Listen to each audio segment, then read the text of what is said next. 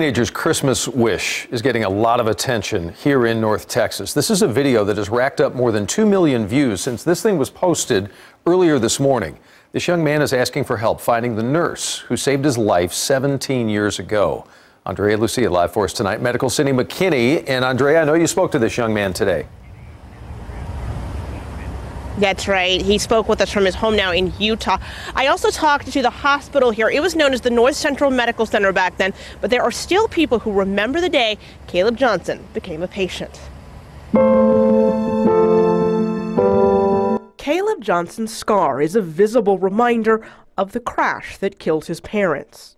All 5 Johnson children were injured.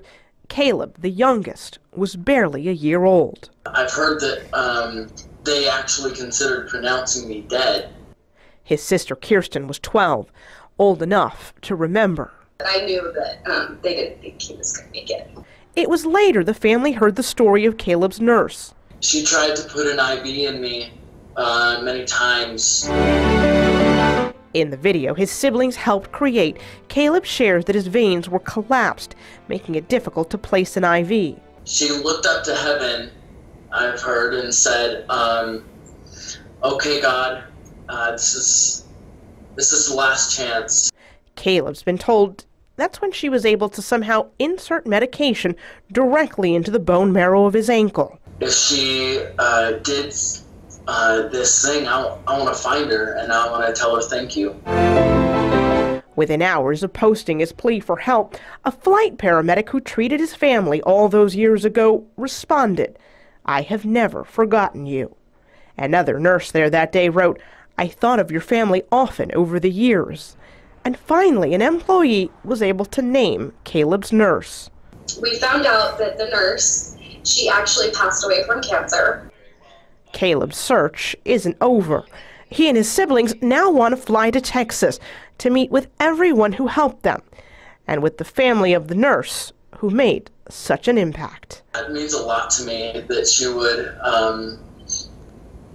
would fight for my life, not knowing who I was at all.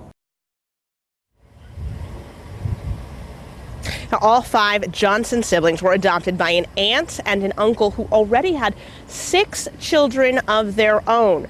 Caleb has struggled with a traumatic brain injury, but he's been very active online raising awareness of that. His website, though, has crashed several times today because of the interest in this story. Doug, Kaylee.